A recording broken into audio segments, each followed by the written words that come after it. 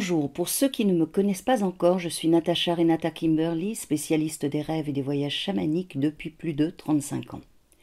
J'ai décidé aujourd'hui de vous parler de l'améthyste, une variété de quartz diaphane et translucide d'origine magmatique qui se présente sous la forme de cristaux violets de la classe cristalline trigonale trapézoïdrique, un nom difficile à prononcer. La couleur de cette pierre, qui est due au fer qui entre dans sa composition, va du mauve pâle au violet foncé en passant par le parme. D'un point de vue minéralogique, c'est une pierre essentiellement composée de dioxyde de silicium d'une dureté de 7 sur l'échelle de Mohs.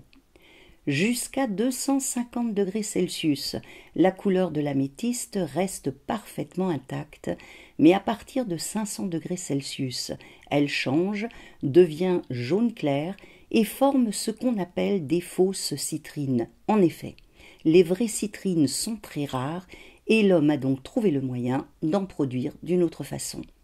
L'améthyste est ce qu'on appelle une pierre récente, car elle était rare dans l'Antiquité, même si elle était déjà connue des Étrusques par exemple. On la retrouve en Égypte antique où elle était considérée comme une pierre qui pouvait amener la pluie, mais aussi dans les pendentifs des pharaons ainsi que dans les bijoux funéraires. Les Grecs la sculptaient déjà vers l'an -1500 avant notre ère pour créer des objets de décoration.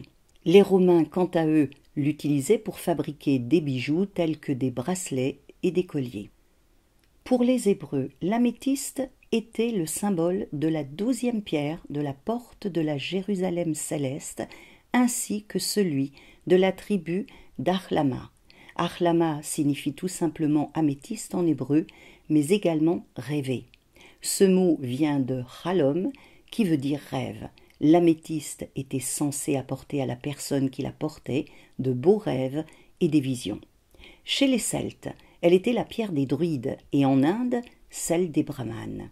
Ce n'est qu'avec la découverte d'importants gisements au Brésil et en Uruguay qu'à la fin du XIXe siècle et au début du XXe siècle qu'elle est devenue plus commune. Ses plus beaux spécimens viennent d'Australie, du Brésil, de Madagascar, de Russie et d'Uruguay.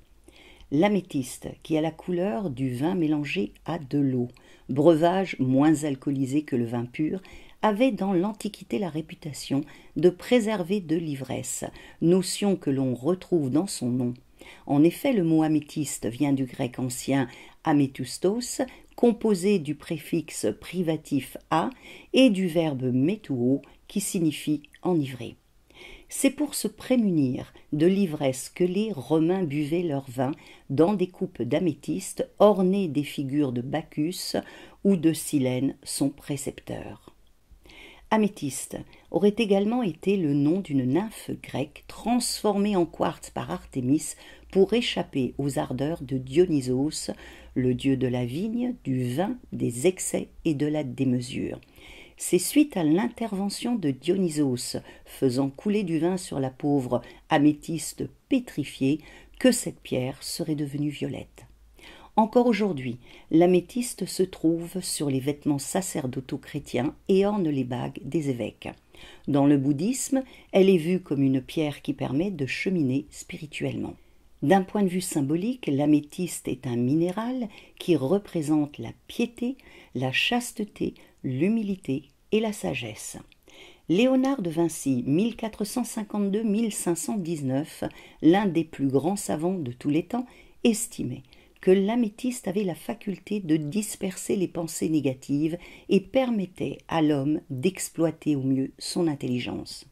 Selon la lithothérapie, l'améthyste aurait le pouvoir de détendre les muscles de la nuque et des épaules, de lutter contre l'acidité gastrique, d'éliminer les toxines, de calmer les maux de tête et les migraines, de réduire les problèmes de stress, d'angoisse, de tension artérielle, d'apaiser les douleurs musculaires et articulaires, de soulager les affections de la peau et de favoriser la cicatrisation. L'améthyste est une pierre de passage liée au 7e chakra qui nous permet de franchir les différentes étapes de notre vie. Elle peut nous aider à faire face à un deuil et fera merveille dans ce domaine si elle est associée au quartz rose par exemple. En effet, l'améthyste nous conduit à intégrer la perte subie et le quartz rose soulage la douleur ressentie. Dans la nature, l'améthyste se purifie et se recharge d'elle-même, ce qui n'est pas le cas si vous en possédez une chez vous. Si vous constatez qu'elle a besoin d'être purifiée, il vous faudra soit la plonger dans de l'eau de source, soit l'exposer aux rayons de la lune pendant quelques heures. Si elle est très chargée, vous pouvez également l'enfouir quelques semaines dans de la terre pour lui permettre de se régénérer. Si vous avez envie de voyager avec l'améthyste, la meilleure façon de faire est encore de la poser au niveau de votre plexus solaire ou de la tenir dans vos mains pendant votre voyage chamanique. Solliciter l'améthyste dans votre vie et voyager avec elle vous permettra de stimuler votre créativité et votre imagination, de favoriser votre concentration, d'assainir votre lieu de vie, de nettoyer votre aura, d'équilibrer vos corps énergétiques, de nettoyer, purifier et recharger vos pierres et de favoriser vos rêves.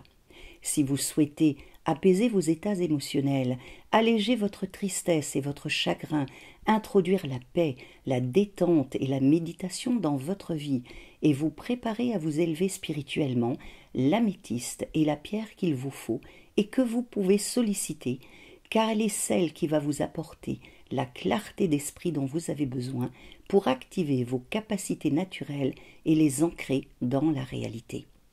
J'espère que cette vidéo vous donnera envie de voyager avec l'améthyste, ce minéral qui vous apportera l'humilité et l'envie d'avancer si vous souhaitez consacrer plus de temps à votre évolution spirituelle. Si c'est le cas, n'hésitez pas à aimer ce contenu et à vous abonner à la chaîne. Et cliquez sur la cloche pour être prévenu de la sortie des prochaines vidéos. Rêvons et voyageons ensemble.